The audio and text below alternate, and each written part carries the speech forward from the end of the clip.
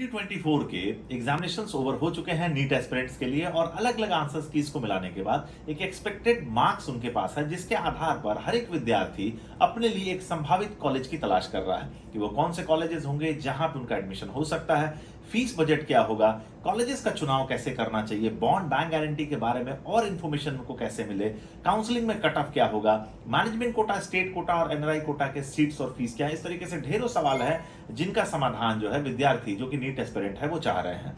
इस तरीके के सारे सवालों के जवाब देने के लिए जनरेशन शिक्षा समाधान प्रयास करेगा कि अलग अलग वीडियोस के माध्यम से डिफरेंट कॉलेजेस के बारे में, डिफरेंट स्टेट्स के बारे में हम लोग आपको कॉलेज वाइज इंफॉर्मेशन दे पाए, ताकि अपने चॉइस फीलिंग के समय आप उसी अकॉर्डिंगली कॉलेजेस का चॉइस रख सके और हमारे वीडियोस के माध्यम से थोड़ी सी आपकी मदद हो सके ताकि आप सही कॉलेजेस का चुनाव कर सकें।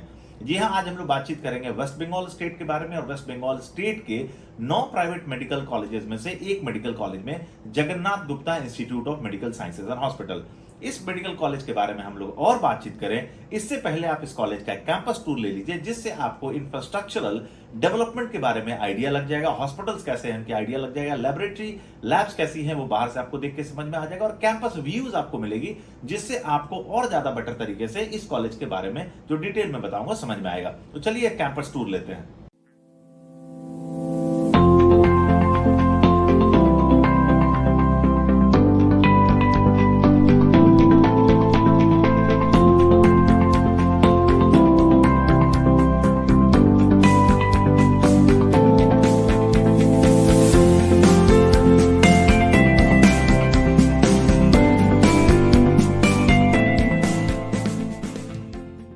जैसे आपने कैंपस को देखा तो आपको एक आइडिया लग गया होगा कि infrastructurally Jagannath Gupta institute of medical sciences and hospital, जो कि बजबज कलकत्ता में है, एक शानदार इंफ्रास्ट्रक्चर के साथ आज रन कर रहा है।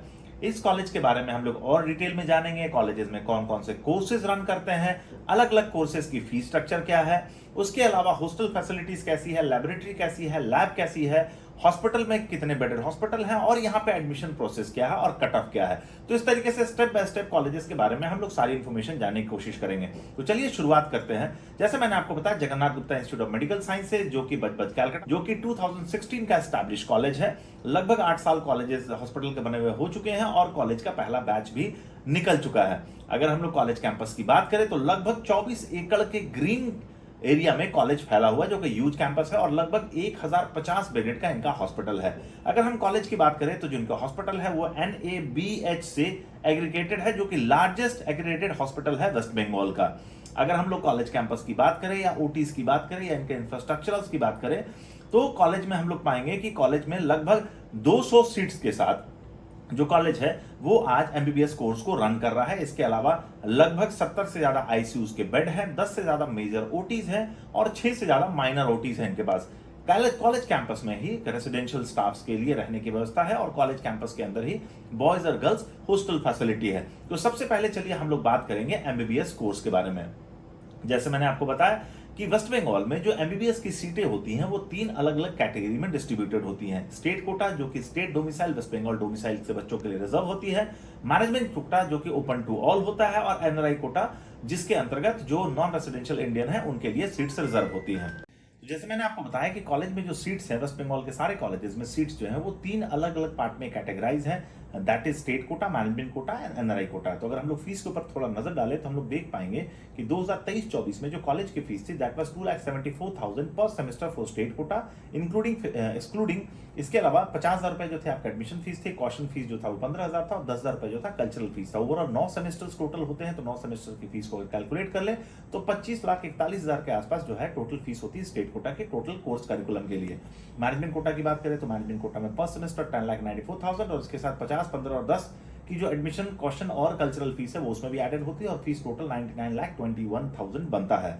इसके अलावा अगर हम एनआरआई कोटे की फीस की बात करें तो अगर एवरेज कैलकुलेट कर ले तो 24 लाख रुपीस ईयरली के हिसाब से फीस चार्ज होता है और इसलिए टोटल फीस जो है 1,21 करोड़ 20 लाख रुपीस के आसपास होता है। हॉस्टल की बात करें तो कॉलेज में आपके triple non AC room, triple AC room और सिंगल एसी रूम भी अवेलेबल है, जिसकी फीस जो है सालाना 1,44,000, 1,68,000 और 2,16,000 रुपए है। इसके अलावा इनकी कॉशन डिपॉजिट भी 15,000 है और जो सिंगल एसी रूम है जिसके चार्जेस मैंने बताया 2,16,000 है, उसके लिए 25,000 का आपको कॉशन डिपॉजिट करना पड़ता है।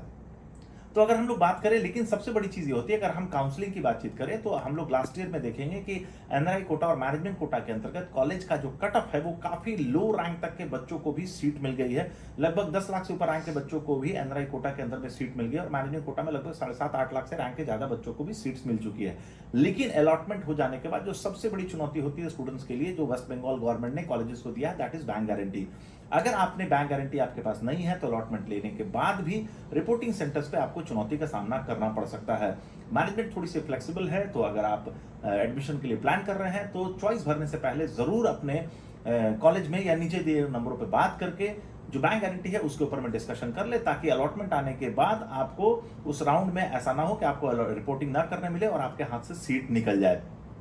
इसके अलावा अगर हम दूसरे कोर्सेज की, अगर हम इसके अलावा अगर हम स्टेट कोटा की बात करें तो वहां भी आपकी बैंक गारंटी है और इसके अलावा एनआरआई कोटा में भी बैंक गारंटी है। तो आप अपने चॉइस भरने से पहले जरूर नीचे दिए गए नंबर पर बात करके कॉलेज में कैसे बैंक गारंटी से आपको परेशानी नहीं होगी इसके ऊपर और अतिरिक्त जानकारी आप ले सकते हैं। तो ओवरऑल अगर हम लोग बातचीत करें तो एमबीबीएस कोर्स के लिए जो है 2024 सेशन के लिए काउंसलिंग ऑलरेडी स्टार्ट हो चुकी है, प्री काउंसलिंग चल रही है। तो आपका क्या रैंक है और उस रैंक के ऊपर में आपको ये कॉलेज मिलेगा या नहीं, क्योंकि वेस्ट बंगाल में प्राइवेट मेडिकल कॉलेज में one of the best college है। इसकी और जानकारी के लिए आप नीचे दिए गए पर संपर्क कर सकते हैं। अगर हम दूसरे कोर्सेज की बात करें तो जगन्नाथ गुप्ता में टोटल, जैसे मैंने आपको बताया, यूजी के लिए लगभग आपकी 200 सीट्स हैं, उसी तरीके से पीजी के लिए भी लगभग 27 सीट्स हैं और डिफरेंट ब्रांचेस हैं पीजी में भी।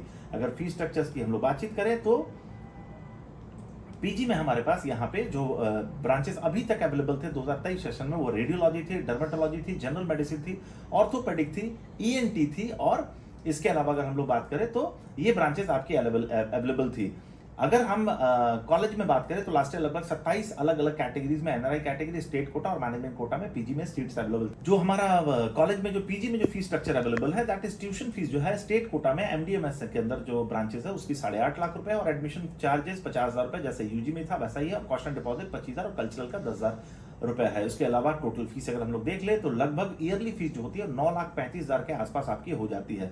इसके अलावा अगर हम लोग मैनेजमेंट कोटे की बात करें तो लगभग ईयरली फीस 26 लाख रुपए, 50,000 रुपए एडमिशन चार्ज और 25,000 रुपए क्वेश्चन डिपॉजिट प्लस 10,000 रुपए कल्चरल फीस का है, तो टोटल 26,50,000 ईयरली फीस देखने को मिलती है। एनआरआई कोटे की बात करें तो लगभग 2 करोड़ रुपए जो है वो टोटल फीस कैलकुलेट किया जाता है। 3 साल का ये कोर्स होता है। इसके अलावा जो है यहाँ पे भी AC non AC single rooms available हैं। तो डबल शेयरिंग का अगर आप नॉन एसी लेते हैं तो ₹7,000 लगता है, लेकिन अगर आप विद बालकनी अगर लेते हैं तो आपको 7,000 लगता है और विदाउट बालकनी आप लेते हैं तो ₹5,000 डबल शेयरिंग में आपको पर मंथ का लगता है। सिंगल नॉन एसी रूम भी आप ले सकते हैं जो कि 10,000 रुपए होगा, जिसमें रूम विद बालकनी होगी, और 8,000 रुपए रूम विदाउट बालकनी है। इसके अलावा 1 BHK भी आप वहां पे ले सकते हैं, इसलिए आपको ₹15,000 आपका पर मंथ का चार्जेस लगता है। इसके अलावा जैसा मैंने आपको बताया कि अगर आप पीजी सीट्स में भी यहाँ पे आते हैं तो भी आपको यहाँ पे पीजी सीट्स में भी आपको बैंक गारंटी देनी पड़ेगी। तो चॉइसेस भरने से पहले, चाहे एनआरआई कैटेगरी में भरे या स्टेट कोटा या मैनेजमेंट कोटा में, तो आप एक बार जरूर कॉलेज से संपर्क कर ले या नीचे दिए गए नंबरों पे बात कर ले, ताकि अलॉटमेंट आने के बाद आपको रिपोर्टिंग सेंटर्स पे चुनौती का सामना ना करना पड़े। अगर हम इसके अलावा बात करें तो बीएससी और जीएनएम में 100 सीट्स हैं कॉलेजेस के पास, और इन दोनों कोर्सेज में भी जो फीस स्ट्रक्चर है मैं थोड़ा सा आपके साथ अगर डिस्कस कर लूँ तो अगर हम लोग देखेंगे तो बीएससी और जीएनएम में भी लगभग जो फीस स्ट्रक्चर है दैट इज 8,50,000 का टोटल पैकेज लगभग बनता है, जिसमें ईयरली फीस की अगर हम लोग बातचीत कर ले तो 1,03,000 रुपए ईयरली फीस है कॉलेज का, 50,000 रुपए एडमिशन फीस है और लाइब्रेरी फीस 3,000 है, और स्टूडेंट वेलफेयर के लिए 5,000 रुपए लगते हैं। तो फर्स्ट ईयर में लगभग 1,61,000 है, सेकंड ईयर में 1,11,000, थर्ड ईयर में 1,11,000 और फोर्थ ईयर में भी 1,11,000 फीस लगते हैं। टोटल फीस 4,94,000 बनती है। इसके अलावा 5,000 रुपए क्वेश्चन डिपॉजिट और यूनिफॉर्म के लिए 6,000 रुपए अलग से लगता है। हॉस्टल चार्जेस की बात अगर हम लोग करें तो लगभग 8,000 रुपया महीने के हिसाब से हॉस्टल चार्जेस, साल का लगभग 96,000 लगता है। तो ओवरऑल अगर हम लोग बातचीत कर ले विद हॉस्टल में तो कॉलेज में लगभग 8,83,000 का फीस स्ट्रक्चर जो है वो यहाँ पे लगता है। तो अगर आप बीएससी में एडमिशन के लिए प्लान कर रहे हैं जगन्नाथ गुप्ता में, तो आप एक बार नीचे दिए हुए नंबर पर संपर्क कर सकते हैं और अपने लिए बेस्ट पैकेज क्या हो सकता है, क्या इस फीस में भी कोई डिस्काउंट हो सकती है या फिर फीस के ऊपर कोई प्रीमियम देना पड़ सकता है, इस तरह के सारे इन्फॉर्मेशन और एडमिशन असिस्टेंस के लिए बीएससी के लिए जगन्नाथ गुप्ता में आप नीचे दिए गए नंबर पर कांटेक्ट कर सकते हैं। मैंने बताया जीएनएम में भी लगभग 100 सीट्स हैं और फीस जो है वो 94,000 ईयरली है, 50,000 एडमिशन चार्ज है, लाइब्रेरी का 3,500 और स्टूडेंट वेलफेयर का 5,000 है। फर्स्ट ईयर में लगभग 1,52,000 और सेकंड ईयर में 1,02,000, थर्ड ईयर में 1,02,000, लगभग 3,57,000 के आसपास की फीस बनती है। 5,000 रुपए आपका क्वेश्चन डिपॉजिट और 6,000 यूनिफॉर्म का है। हॉस्टल फीस यहाँ पे भी 8,000 रुपया मंथली का लगता है। तो टोटल अगर हम लोग देख लें तो जीएनएम में 6,50,000 रुपए की टोटल ट्यूशन फीस आपकी बनती है।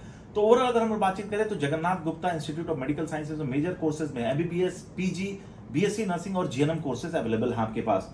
इसके अलावा इस साल और भी कुछ नए ब्रांचेस जो है पीजी में ऐड होने वाले हैं, जैसे गायनेकोलॉजी, ऑप्थेमोलॉजी, इस तरीके से और भी जो नए ब्रांचेस है जो लास्ट ईयर नहीं थे, उन ब्रांचेस के लिए भी कॉलेज ने अप्रूवल के लिए डाला हुआ और उम्मीद है कि इस साल वो ब्रांचेस आ जाएंगे। तो उसके लिए आप जगन्नाथ गुप्ता का ऑफिशियल वेबसाइट या फिर एनएमसी में जाकर के इस चीज को अपडेट को देख सकते हैं। सबसे पहले आपको जगन्नाथ गुप्ता को क्यों चुनना चाहिए अगर मैं बताऊं तो Jagannath Gupta institute of medical sciences ने पिछले 6 सालों में इंफ्रास्ट्रक्चरली बहुत ही शानदार डेवलपमेंट किया। 1050 बेडेड हॉस्पिटल आज इनके पास है।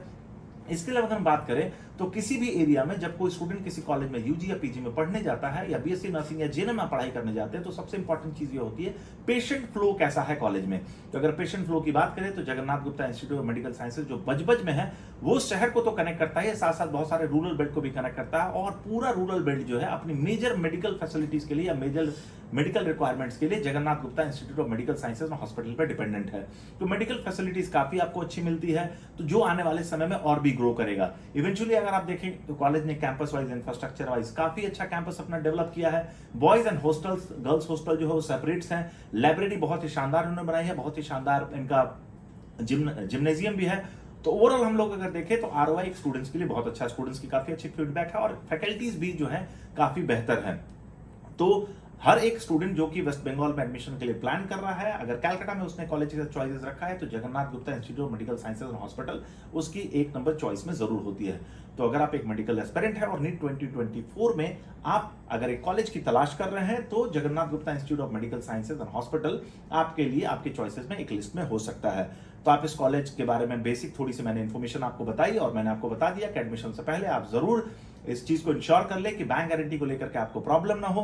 कॉलेज की एक्चुअली फीस क्या, बहुत सारे लोग ऐसे हैं जो कि ब्लफ कमिटमेंट करते हैं जिसमें फीस के ऊपर में बहुत सारी स्कॉलरशिप के ऊपर में बातचीत की जाती है, क्या वो वाकई में सही है या फिर बाद में स्टूडेंट्स को उसका खामियाजा भुगतना पड़ता है और स्टूडेंट्स को पूरी फीस ही देनी पड़ती है। इस तरीके से ढेर इंफॉर्मेशन है जो कि आपको ऑथेंटिक रूप से नीचे दिए गए नंबर पर मिल सकती है। तो और बेटर इंफॉर्मेशन के लिए आप कॉलेज विजिट कर सकते हैं या नीचे दिए नंबर पर संपर्क करके अपने एडमिशन और काउंसलिंग प्रोसेस को Jagannath Gupta institute of medical sciences West Bengal Calcutta में और आसान बना सकते हैं।